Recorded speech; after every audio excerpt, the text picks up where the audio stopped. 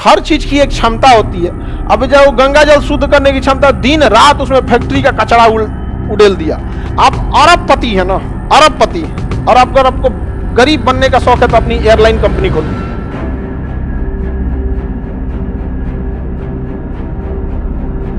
देवप्रयाग में आप खड़ा होइएगा ना तो गंगा और भागीरथी का संगम दिखेगा एकदम वहां पे। यहां से गंगा और यहां से भागीरथी, वहां उसके आगे जाके गंगा जल ले लीजिएगा, पिछवा मत ले लीजिएगा गंगा जल। अरे एकदम पहले ले लें, गंगा नहीं ना बन पाएगी। ये नदियां पहाड़ों से निकलती है, भयानक पहाड़ से, जहां आदमी कई ऐसे रास्ते जहां आज तो कोई गया ही नहीं। इतना दुर्गम पहाड़ी एरिया है जहां आदमी नहीं जाता है, वहां प्रकृति का वास हो जाता है। तो पेड़ पौधे जड़ी बूटियां सब पहाड़ों से निकलती है, उसमें से बहुत सारे पेड़ पौधे चट्टान जड़ी बूटियां गंगा में गिरते जाती हैं। और गंगा के अंदर एंटीबायोटिक गुण है, उसमें बैक्टीरियोफेज नामक एक वायरस पाया जाता है जो बाकी सबको खा जाता है और मानव को नुकसान नहीं करता है। तो गंगा में बैक्टीरियोफेज नामक एक क्या पाया जाता है वायरस, वो किसे खा जाएगा, बाकी के जीवाणु, वो नुकसान बाकी नहीं कर पाए, इसलिए गंगा जल में कीड़े नहीं लगते। लेकिन हम लोगों ने गंगा जल पे अत्याचार का हद पार कर दिया। हर चीज की एक क्षमता होती है।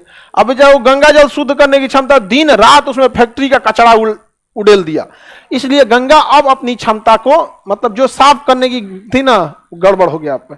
हर चीज की एक क्षमता है, लिमिट भर यूज कीजिए ना आप किसी चीज को, आप यूज करिएगा कोई चीज खराब नहीं हो सकता, मिस यूज करने से खराब हो जाता है। अब देखिए कानपुर के पास से गंगा निकलती है, कानपुर में इतनी फैक्ट्रियां हैं, सब ले आकर कचरा कर देता है। भारत सरकार को चाहिए क्या अच्छी कि जितनी फैक्ट्री है उनसे कहिए कि आप फैक्ट्री तभी लगा सकते हैं जब आप वाटर ट्रीटमेंट प्लांट लगाइए। वाटर ट्रीटमेंट प्लांट खर्चा है तो फैक्ट्री में इनकम भी है, समझ में आ गया कि नहीं आ गया।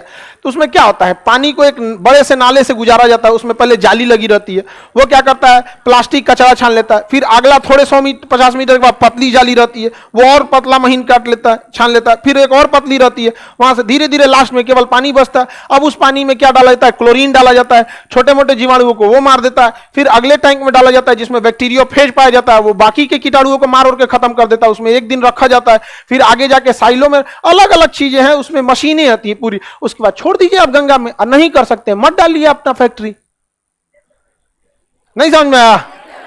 लेकिन होता क्या है, जितने फैक्ट्री वाले होते हैं ना करोड़पति होते हैं, जिन मंत्री नियम बनाएंगे उनके पास पहुंचा देता है सब। समझ में आ रहा है, सारा खेल तो यहां है, आप नियम बनाइए ना। समझ में आ गया कि ना, हवाई जहाज का नियम कितना टफ है बेचारे। हवाई जहाज कहा जाता है ना, अगर आपके पास आप अरबपति है ना, अरबपति, और आपको गरीब बनने का शौक है तो अपनी एयरलाइन कंपनी खोल दीजिए। ये बहुत कारपोरेट सेक्टर का सबसे खराब इंडस्ट्रीज होता है एयरलाइन इंडस्ट्री। पूरी दुनिया की एयरलाइन इंडस्ट्रीज का औसत प्रॉफिट 10% है, मतलब जितनी जहाजें चल रही है ना सब 10% के प्रॉफिट पे चल रही हैं। इतना खराब इंडस्ट्री, सब जेट एयरवेज डूबा, सहारा डूबा, किंग फिशर डूबा, एयर इंडिया डूबी। समझ में आ गया कि नहीं आ गया। तो ये बहुत खराब चीज है, लेकिन फिर भी गवर्नमेंट ने क्या किया है, उसमें बड़े बड़े लोग बैठते हैं, इसलिए वॉट लगा के रख देंगे वो लोग। इसलिए नॉर्म्स इतना तगड़ा है कि जहाज उतरेगी उसका टायर चेक होगा, सारा चीज चेक होगा, एकदम पुल टू एकदम चेक होगा। कोई कंप्लेन, अगर पायलट ने एक बार बोल दिया, अनाउंस कर दिया कि अगर उसमें छोटी मोटी गड़बड़ी लगती है, उसको एक इंजन गड़बड़ा तो पैन पैन पैन बोलता है, और अगर ज्यादा गड़बड़ लग गया, उसका दोनों इंजन गड़बड़ हो गया तो मेडे मेडे बोलेगा। एक बार उसने बोल दिया, पूरी एयरलाइंस, पूरा एयर ट्रैफिक कंट्रोलर उसी के पीछे लग जाएगा, उतार इसको ससुरा को।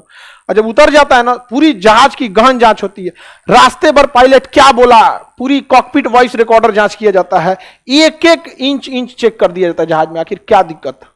समझा। तो गवर्नमेंट रूल्स बना देगी तो मिसयूज नहीं होगा, लेकिन फिर अल्टीमेट बता रहे हैं, रूल्स बनाएगा तो जिनको दिक्कत होगा वो अपना थमा देंगे। यहाँ पर समझ में आ गया कि नहीं आ गया। बहुत सारे रूल होते हैं, गवर्नमेंट नहीं बनाती है, दबाव में आके नहीं बनाएगी। यहाँ पे समझ में आएगी ना। हॉस्पिटल्स में कम लूट है, बहुत सारा लूट रहता है यहाँ पे।